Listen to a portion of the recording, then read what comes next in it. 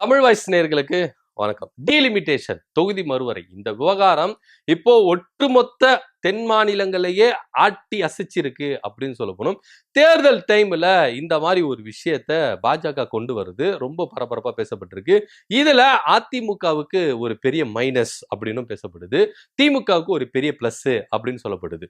ஏன்னா திமுக இவ்வளோ தேர்தல் பிரச்சார நெருக்கங்கள்ல இந்த விவகாரத்துல முழு மூச்சோட என்ன பண்ணியிருக்காங்க, இறங்கி எதிர்ப்பு தெரிவிச்சிருக்காங்க. ஒரு பக்கம் நாடாளுமன்ற உறுப்பினர்கள் எல்லாருமே என்ன பண்றாங்கன்னா பதிலடி கொடுத்துடுறாங்க. கனிமொழியா இருக்கட்டும், ஆராசா இருக்கட்டும், மற்றவர்கள் எல்லாருமே என்ன பண்றாங்கன்னா இந்த தொகுதி மறுவரை விவகாரத்துல எந்த அளவுக்கு எதிர்ப்பு தெரிவிக்கணுமோ எதிர்ப்பு தெரிவிச்சிருக்கிறாங்க. இன்னும் சொல்ல போனா தொல் திருமாவளவன் அவர்கள் பேசும் பொழுது மைக்க கூட ஆஃப் பண்ணிருக்காங்களா. ஏன்னா ஓபிசி பிரிவினர் மகளிருக்கு இடஒதுக்கீடு பாஜக கொண்டு வராது. ஏன்னா சாதிவாரி கணக்கெடுப்பு நடத்தின பிறகு தான் இந்த மகளிருக்கு ஒதுக்கீடு அப்படின்றது சாத்தியமாகும். ஆனா சாதிவாரி கணக்கெடுப்பு நடத்துறதுக்கு முன்னாடியே ஏன் அவசரமா இந்த மசோதாவை பாஜக நிறைவேற்றணும்? ஏன்னா இந்த மசோதாவை கொண்டு வரும்போது ஆரம்பத்தில் பாஜக கொடுத்த வாக்குறுதி வேற. இப்ப அந்த வாக்குறுதியை மறைச்சு ஏன் அவசரமா எடுத்துட்டு வரணும்? சோ மகளிருக்கு இடஒதுக்கீடு கொடுக்கறது இவங்களுக்கு முன்னுரிமை கிடையாது. தொகுதி மறுவரைய இதுல கொண்டு திணிக்கிறது தான் இவங்களுடைய பெரிய முயற்சி அப்படின்னு திருமாவளவன் பேசிட்டு இருக்கும் போதே மைக் ஆஃப் பண்ணிருக்காங்க. சோ இதெல்லாம் ஒரு புறம் இருக்க, இந்த பக்கம் அதிமுகவுக்கு இந்த தொகுதி மறுவரை ஒரு பெரிய மைனஸாவே இருக்குது. ஏன் அப்படின்னு பாத்தீங்கன்னா, சோ இந்த தேர்தல் காலத்துல என்டிஏ கூட்டணி டிஎம்கே கூட்டணி இப்படின்னு தான் தேர்தலை சந்திக்கிறாங்க. இப்படியா இருக்கும் பொழுது இந்த விவகாரத்துல தொகுதி மறுவரை கொண்டு வந்தா தமிழ்நாட்டுக்கு எந்த அளவுக்கு உரிமைகள் பறிக்கப்படும், நமக்கு எந்த அளவுக்கு அநீதிகள் இழைக்கப்படும், இது தமிழ்நாட்டுக்கு மட்டுமா அப்படின்னா கிடையவே கிடையாது. ஒட்டுமொத்த தென்னிந்தியாவுக்குமே இது ஒரு பெரிய இழப்பு, அநீதி இழக்கிறாங்க அப்படின்னு தான் பேசப்படுது. இங்க எடப்பாடி பழனிசாமி எல்லா விஷயமும் அவருக்கு தெரியும். தமிழ்நாட்டுக்கு இது பாதிப்பு இல்லையா, தமிழ்நாட்டு உரிமைகளுக்கு பாதிப்பு இல்லையா, ஒட்டுமொத்தமா தென் மாநிலங்களுக்கு இது பாதிப்பு இல்லையா அப்படின்றது அவருக்கு நல்லாவே தெரியும். இன்னும் சொல்ல போனா நாடாளுமன்றத்துல தென் மாநிலங்களுடைய வலிமை 24% அப்படின்னு சொல்றாங்க. இந்த தொகுதி மறுவரை வந்துச்சுன்னா அது 20% கம்மியாகும் அப்படின்னா புள்ளி விவரத்தோட எல்லாமே டிட்டோவா என்ன பண்றாங்க சொல்றாங்க. அது மாத்திரம் இல்லாம தொகுதி மறுவரை வந்தா தமிழ்நாட்டுக்கு ஆபத்து இருக்காது அப்படின்னு சொல்றாங்க. இங்கேயும் தொகுதி ஏற்றப்படும் அப்படின்னு சொல்றாங்க. ஆல்மோஸ்ட் உண்மை. இங்க தொகுதிகள் ஏற்றப்படும். நம்மளுக்கு 33 தொகுதி இருக்கு. தொகுதி மறுவரை வந்தா 59 தொகுதி வரும். கிட்டத்தட்ட 20 தொகுதி நம்மளுக்கு ஏற்றப்படும் அப்படின்னு சொல்றாங்க. அட் சேம் டைம் உத்தரப்பிரதேசத்துல 80 தொகுதி, இந்த தொகுதி மறுவரை வந்தா அங்க 140 தொகுதி ஏறும் அப்படின்னு பேசப்படுது. சோ இந்த டிஃபரண்ட் இருக்குல்ல, நீங்க வட மாநிலம் தென் மாநிலம் இப்படி பிரிச்சுக்கோங்க. இந்தியாவை வட இந்தியா தென்னிந்தியா பிரிச்சுக்கிட்டீங்கன்னா 850 சீட்டு அதிகரிக்கும் அப்படின்றாங்க இந்த தொகுதி மறுவரை. இப்ப 543 இருக்கு. தொகுதி மறுவரை சீரமைப்பு வந்துச்சுன்னா 850 தொகுதி வரும். இந்த 850ல 426 தொகுதிகள் எடுத்தா ஒன்றியத்துல என்ன பண்ணலாம்னா ஆட்சியை பிடிச்சிடலாம். சோ பாஜக என்ன பிளான் போடுறாங்கன்னா, இந்த தொகுதி மறுவரை வந்துச்சுன்னா வட இந்தியாவிலேயே என்ன பண்ணிடலாம், ஆட்சியை பிடிக்கிறதுக்கான அந்த 426 சீட் அங்க எடுத்துடலாம் அப்படின்னு அவங்க கணக்கு போடுறாங்க.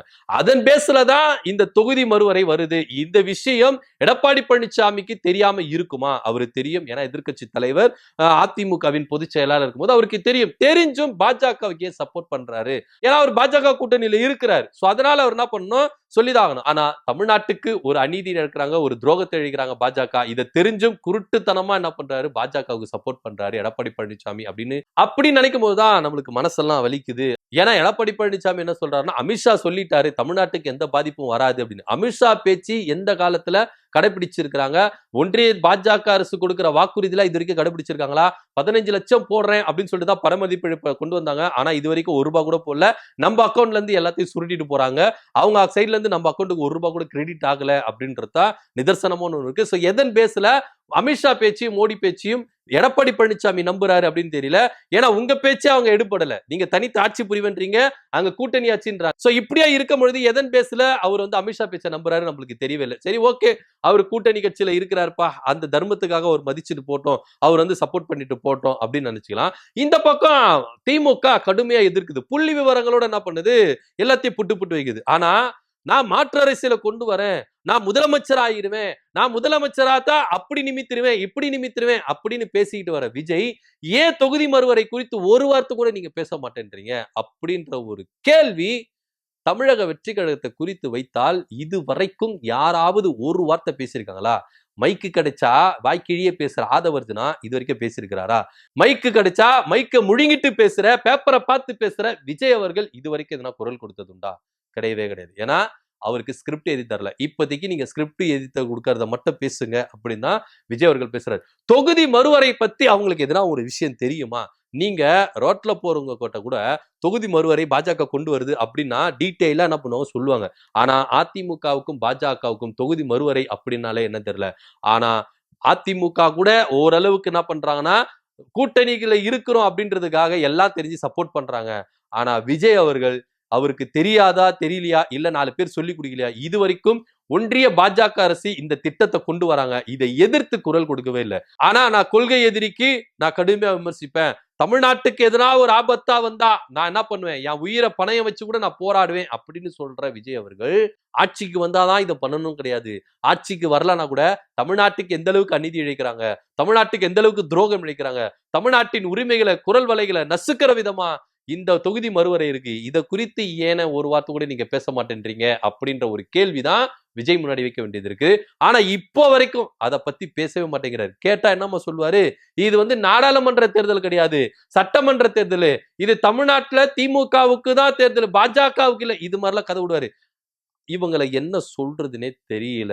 இவங்கெல்லாம் நம்மள ஆளணும் அப்படின்னா என்ன பண்றது நம்மளுக்கு ஒண்ணும் புரியல சார். ஏன்னா இப்படி ஒரு தலைவர் தமிழக வெற்றி கழகத்துக்கு கிடைச்சிருக்கிறாரு. இவர் பேசி இவர் ஆண்டு நம்ம இவரு கீழே ஆளணுமா அப்படின்ற ஒரு வழிதான் எல்லாருக்குமே இருக்குது. ஏன்னா தொகுதி மறுவரை குறித்து குறைஞ்சபட்ச ஒரு கண்டன அறிக்கை கூட இவரால கொடுக்க முடியலையே அப்படின்னு யாருன்னா எழுதினா கொடுங்கப்பா அப்படின்னு அவங்க கிட்டதான் கோரிக்கை வைக்கணும். விஜய் கிட்ட கண்டிப்பா கோரிக்கையே வைக்க கூடாது.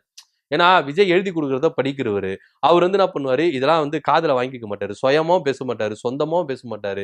யாருன்னா எழுதி கொடுத்தாதான் பேசுவாரு. எழுதி கொடுக்குறவங்கிட்ட தான் நம்ம என்ன பண்ணணும், போராடணும். சார் எப்படியாவது நான் விஜய்க்கு எழுதி கொடுத்து அந்த லெட்டரை சொருவிடுங்க சார், தொகுதி மறுவரை குறித்து பேச சொல்லி அப்படின்னு சொல்லிட்டு யார் எழுதி கொடுக்குறாங்களோ அவங்களதான் என்ன பண்ணணும், நம்ம ஃபோர்ஸ் பண்ணணும். தயவு செய்து சொல்ற, விஜய்க்கு எழுதி கொடுக்குறவங்க தொகுதி மறுவரை குறித்து எழுதி கொடுங்க, அவரு கண்டன அறிக்கை விடட்டும் அப்படின்னு சொல்லிட்டு தான் எல்லாரும் கேட்க வேண்டியதா இருக்குது.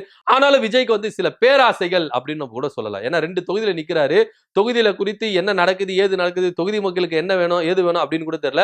தொகுதி மக்களுடைய உணர்வுகளை புரிஞ்சிருக்கிறாரா அப்படின்னு தெரியல. இவர் ஜெயிச்சுட்டா பெரம்பூர் தொகுதியா இருக்கட்டும், திருச்சி கிழக்கு தொகுதியா இருக்கட்டும், மாசம் ஒரு முறை வருவாரா, ட்ரிப்புக்கு வந்துட்டு போவார் போல இருக்கு. ஏன்னா இப்ப எல்லாம் சம்மர் ஹாலிடேல எல்லாம் ஊருக்கு போவாங்கல்ல, டூருக்கு போவாங்களா, அது மாதிரி டூருக்கு வந்துட்டு போவார் போல இருக்கு.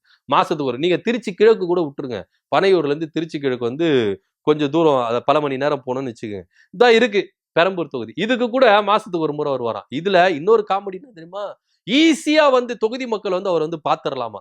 சோ அந்த அளவுக்கு என்ன பார்க்கலாம், நீங்க தப்பெல்லாம் நினைச்சிருங்க. முதல்ல உங்க சொந்த நிர்வாகிகளை சந்திக்கிறதுக்கு உங்களுக்கு டைம் இருக்கா? முதல்ல சொந்த நிர்வாகிகளை சந்திக்கிறதுக்கு நீங்க டைம் கொடுக்குறீங்களா? அஜிதா ஆக்னர் எவ்வளவு குற்றச்சாட்டுகளை முன்வைத்தாங்க. வாங்கம்மா, என்ன குற்றச்சாட்டு வாங்கம்மா, இது வரைக்கும் கேட்டிருக்கீங்க. எத்தனை மகளிர்கள், எத்தனை இளைஞர்கள், எத்தனை நிர்வாகிகள் உங்களை சந்திச்சு குற்றச்சாட்டுகளை முன்வைக்கணும்னு சொன்னாங்க. ஒருத்தராவது கூப்பிட்டு என்ன விஷயம், ஏன் இது மாதிரி பிரச்சனை நடக்குது அப்படின்னு யாராவது ஒருத்தரை கூப்பிட்டு விஜய் விசாரிச்சிருப்பாரா, அணுகி இருப்பாரா? கிடையவே கிடையாது. ஆனா இவர் சொல்றாரு ஈஸியா அணுகிடலாம். இன்னைக்கு நீங்க முதலமைச்சர் மு.க. ஸ்டாலின் போங்க, ஈஸியா பாத்துரலாம். துணை முதலமைச்சர் உதயநிதி ஸ்டாலின் போங்க, ஈஸியா பாத்துரலாம். எடப்பாடி பழனிசாமியை கூட போய் பாருங்க சார். ஏன் சார், மோடியை கூட போய் பார்க்கலாம் சார், அமித்ஷா கூட போய் பார்க்கலாம், அண்ணாமலையை பார்க்கலாம், நயினாரா பார்க்கலாம், எல்லா தலைவர்களையும் பார்க்கலாம். நீங்க இந்தியாவுல தமிழ்நாட்டுல எல்லா தலைவர்களையும் போய் பார்த்துடலாம். விஜயை மட்டும் போய் பார்க்கவே முடியாது. நிர்வாகிகளே பார்க்க முடியாம தவிக்கிறாங்க. இன்னும் சொல்ல போனா செங்கோட்டையனே டைரக்டா போய் பார்க்க முடியாது. புசியானந்த் கேட்ட தாண்டனும், ஆதவர்ஜினா கேட்ட தாண்டனும், சி.டி. நிர்மல்குமார் கேட்ட தாண்டனும், அருண்ராஜ் கேட்ட தாண்டனும், ஆரோக்கியசாமி கேட்ட தாண்டனும். இதெல்லாம் தாண்டிதான் போயிட்டு விஜயை சந்திக்க முடியும். செங்கோட்டையன் அவருக்கே அந்த நிலைமைனா நம்மள பாத்துக்கங்க. இதெல்லாம் என்ன சொல்றது தெரியல. ஆனா இருந்தாலும் விஜய்க்கு பேராசைதான். நான் எதை பத்தியே பேச மாட்டேன். மக்களுக்கு விரோதமா ஆட்சி செய்யறவங்களுக்கு திட்ட மாட்டேன், மக்களுக்கு விரோதமா செயல் திட்டங்களை கொண்டு வரவங்களுக்கு திட்ட மாட்டேன். அது மாத்திரம் இல்லாம தமிழ்நாட்டுக்கும் தமிழ்நாட்டு உரிமைகளுக்கும் எதிராக நிக்கிற பாஜகவையும் நான் விமர்சிக்க மாட்டேன் இப்படின்னு சொல்லிட்டுதான் விஜய் என்ன பண்றாரு, ஒத்த காலில் நிக்கிறாரு. ஆனா திமுக மட்டும் அப்படியே லட்டு சாப்பிடுற மாதிரி அவருக்கு அப்படியே திட்டுவாரு, போய் குற்றச்சாட்டுகள்லாம் முன் வச்சு அப்படி பேசுவாரு. அது ஏன் தான் தெரியல. ஆனா உண்மையிலேயே மக்களோட மக்களை நில்லுங்க சார். அப்பதான் உங்களுக்கு அவங்களுடைய வலிகளையும் வேதனைகளும் உணர்வுகளையும் புரிஞ்சுக்க முடியும். ஒரு தலைவன் மக்களை பத்தி உணர்வுபூர்வமா பேசுறாங்க, உணர்வுபூர்வமா அவங்களுடைய குறைகளையும் அவருடைய வலிகளையும் பேசுறாங்களா, அவன் தான் உண்மையான தலைவன். விஜய் தலைவன் கிடையாது. எழுதி கொடுக்கறத பார்த்து படிக்கிறவங்களுக்கு வலியும் தெரியாது, உணர்வுகளும் தெரியாது அப்படின்றதான் நிதர்சனமான ஒண்ணு இருக்கு. சோ டீலிமிட்டேஷனை பத்தி, தொகுதி மறுவரை பத்தி ஒரு வார்த்தை கூட விஜய் பேச மாட்டேங்கிறாரு, பேச மறுக்கிறாரு. ஏன்னா அவரால பேச முடியாது, பேசக்கூடாது அப்படின்னு மேலிடத்துல இருந்து ஆர்டர். அதனால தான் எழுதி கொடுக்கறவங்க கூட அதை எழுதி கொடுக்க மாட்டாங்க. ஒருவேளை எழுதி கொடுத்தா கூட இதை அதை அவாய்ட் பண்றாரா அப்படின்னு நம்மளுக்கு தெரியல. பிற்காலத்திலாவது பேசுறாரா இல்லையா அப்படின்னு பார்ப்போம். இதை பத்தியோட கருத்து அப்படி கமெண்ட் பண்ணுங்க. நன்றி, வணக்கம்.